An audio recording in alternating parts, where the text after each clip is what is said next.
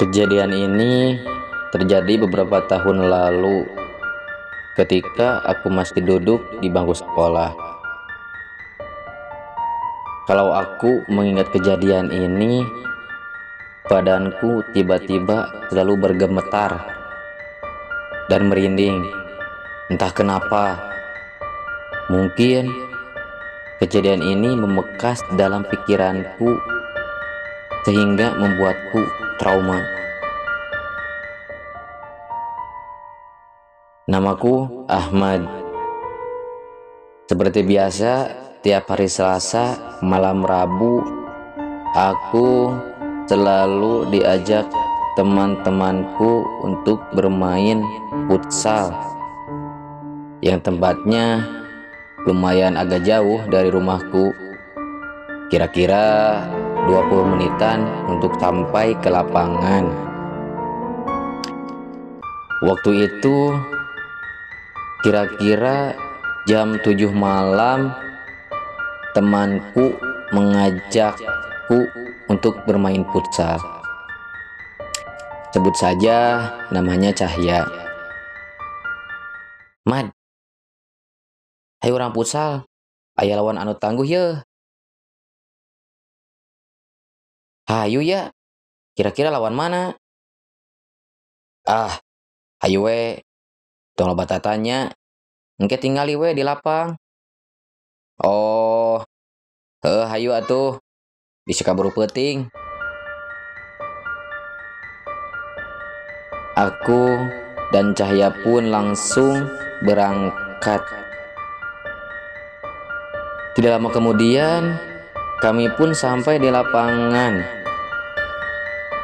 Singkat cerita, setelah pertandingan selesai, aku langsung bergegas untuk pulang dan mengajak Cahya temanku untuk pulang juga.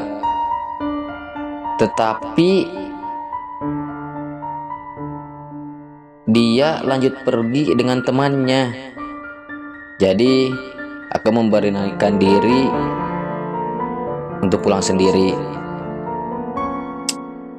"Ya, hai balik, geus beuting ye. Jam 10, ceun di jalana."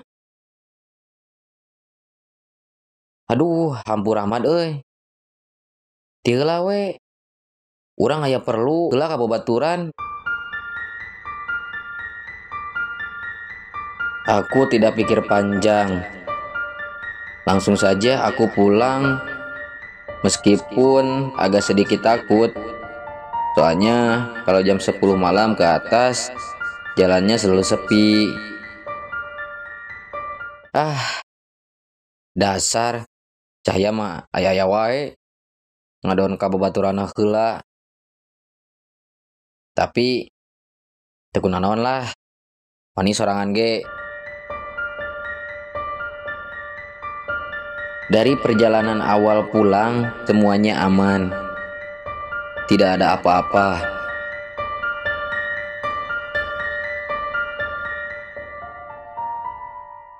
Aku coba untuk mengambil jalan pintas agar cepat sampai ke rumah.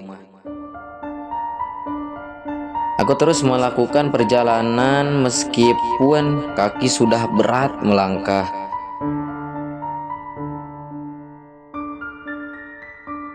Tidak terasa, aku sampai di sebuah jembatan. Tetapi mendadak perasaanku menjadi tidak enak.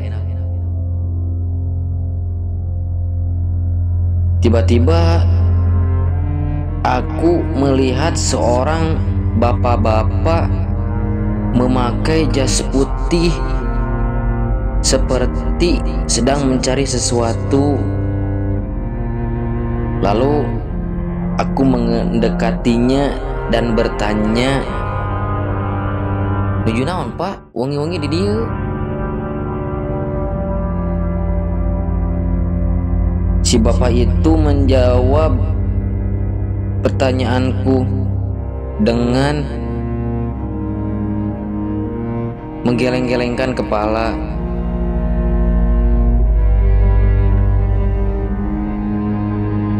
Sambil menggelengkan-gelengkan kepala, si bapak itu terus saja dia sambil mondar-mandir seperti mencari sesuatu. Tidak lama kemudian, si bapak itu berjongkok seperti menemukan sesuatu. Aku pun penasaran, terus aku menghampirinya. Tiba-tiba bapak itu memberi suatu isyarat dengan tangan, lalu menunjuk ke arah pesawahan yang ada di dekat jembatan itu. Aku pun langsung melihat ke pesawahan dan aku melihat sosok anak kecil sedang berlarian sendiri, yang membuat aku menjadi ketakutan.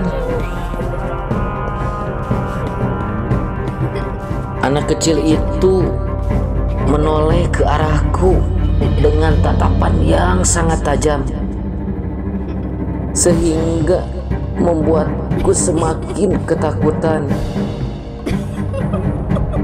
Yang anehnya, anak kecil itu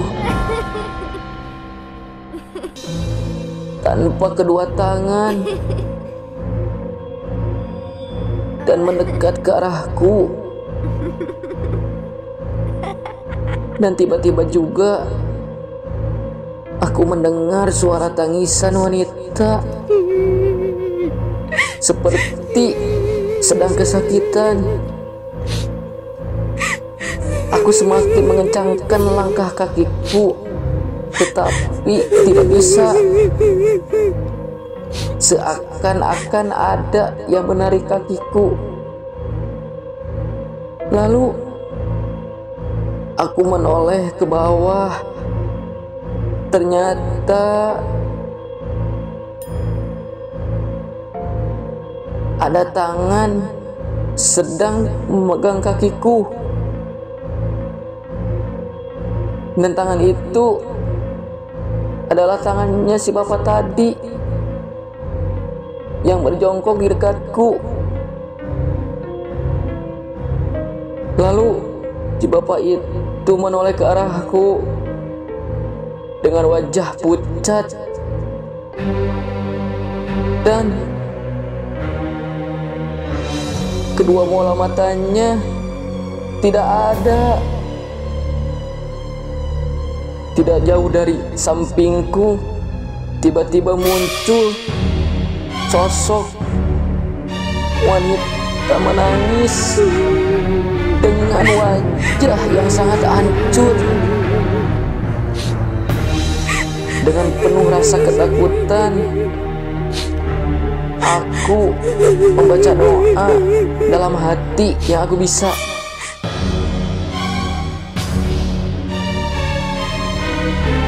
Tiba-tiba dengan sendirinya kakiku bisa bergerak lagi.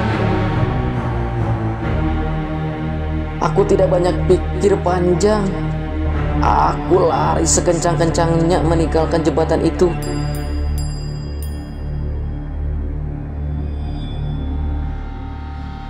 Singkat cerita, aku sampai di rumah. Meski rasa ketakutan itu masih menghantui pikiranku, aku menceritakan semua kejadian yang aku alami ke seisi rumah, terutama ke bapakku. Kebetulan malam itu bapakku belum tidur. Perlahan aku tarik napas dan bercerita ke bapakku. Pak, neme Ahmad pas uih futsal ninggal bapak-bapak make jas bodas, tapi eueuh mataan ningali budak leutik eueuh leungeunnan. Terus ningali awewe beungeutna hancur. Sabari ceurik. Siga anu kanyerian di jembatan caket SD.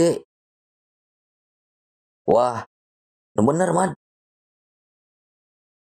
Muhun Pak, ieu ge masih keneh. Ngageter salira Ahmad. Nyanaha atuh beut jalan dinya wih teh. Jam sakieu mah moal aya anu luaseun jalan ka dinya mah Ahmad.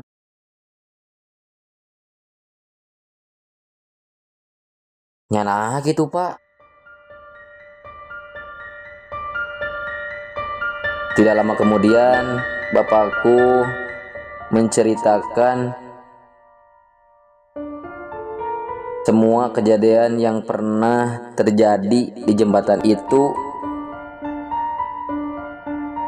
Konon dulunya di jembatan itu ada sebuah kecelakaan minibus rombongan pengantin yang mengalami remblong dan minibusnya jatuh ke bawah jembatan yang mengakibatkan beberapa korban jiwa.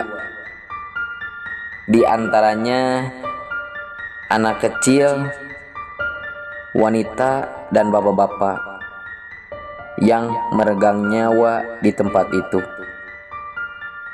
Banyak warga yang tidak berani lewat jembatan itu dikala malam sudah tiba.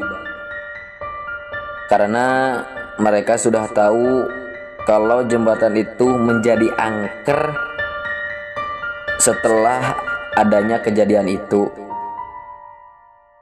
Sampai saat ini juga jembatan itu masih kokoh berdiri karena sekarang jembatan itu berfungsi sebagai jalan penghubung Jalan Paramon Simpang.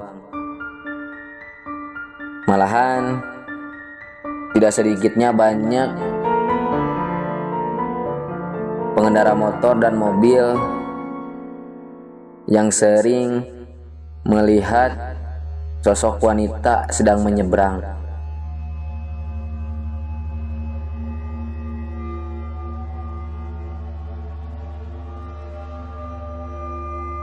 Aku berpesan supaya setiap kita berpergian, kita jangan lupa selalu membaca doa.